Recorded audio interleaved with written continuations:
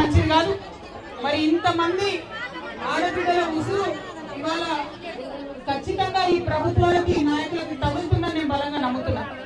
ఎందుకంటే ఒక్క ఆడబిడ్డ ఏడిస్తేనే ఆ ఇంటికి మంచిది కాదంట. అటువంటిది ఇక్కడ ఇంతమంది ఆడబిడ్డలు నిన్ను చూస్తుంటే కడుపు తరిగిపోతుంది. చిన్న చిన్న పిల్లలు ఎత్తుకొని ఎగ్జామ్స్ జరుగుతున్నాయి, ఒక పక్కన స్కూళ్ళలోకి వాళ్ళు వెళ్ళి పరీక్షలు రాయాలి. ఇల్లు మంచిగా ఉండి అంత మంచిగా ఉంటే కూడా పిల్లలు ఎగ్జామ్ రాయడానికి టెన్షన్ పడతారు. అట్లాంటిది రాత్రికి రాత్రి బుల్డోజర్లు వచ్చి కొట్టి పడేసి పుస్తకాలతో సహా మొత్తానికి నేలమట్టం చేశారు మీ ఇళ్ళని. అవి చూస్తుంటే చాలా బాధ అనిపించింది. కానీ అనేక మంది వచ్చిపోయిన ఏదో టూరిస్ట్ వచ్చిపోయినట్టు, ఎగ్జిబిషన్ చూడడానికి వచ్చిపోయినాడు. ఎగ్జిబిషన్ అయిదేమన్నా కాదు కదా, మన దుఃఖం కదా, మన ఆవేదన కదా, మన ఇల్లు కదా, మన మొత్తం జీవితం కదా. ఇది కొన్ని రాజకీయ పార్టీలకు ఎగ్జిబిషన్ లాగా ఉంది.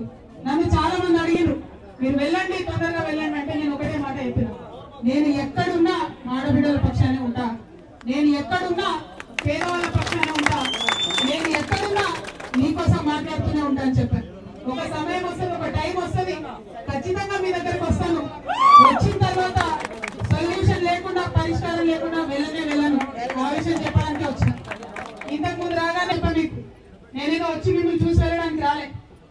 కూర్చొని సావధానంగా మీతో మాట్లాడి ఈ అంశాలన్నీ కూడా ప్రభుత్వంతో మాట్లాడి మెప్పించి ఒప్పించి ముందుకెళ్ళడానికి ఇక్కడికి రావడం జరిగింది.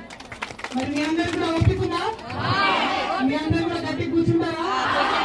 ఎందుకంటే ఇవాళ ఇక్కడ నాతో పాటు విశారద మహారాజ్ గారు కూడా ఉన్నారు. మరి ఆయన కూడా మొండి గట్ట పట్టుబడితే వదిలినటువంటి మనిషి కాబట్టి మనకు తోడుగా ఇవాళ ఇంతమంది ఆడపిల్లలకు తోడుగా ఎస్సీ ఎస్టీ బీసీ జేఏసీ ధర్మ సమాజ్ పార్టీ తెలంగాణ జాగృతి ఇంకా అనేక ప్రజా సంఘాలు ఇక్కడ ఉన్నాయి కాబట్టి అందరం కలిసి ఇవాళ ఒక పరిష్కారం తెచ్చుకునే ప్రయత్నం చేద్దాం. ఎందుకంటే మనని ఇక్కడికి తోలింది అంతే, వదిలేసింది. ఎంత విషాదం అంటే కనీసం మహిళలకు ప్రత్యేకంగా, పురుషులకు ప్రత్యేకంగా కూడా వసతి ఇవ్వలేదు.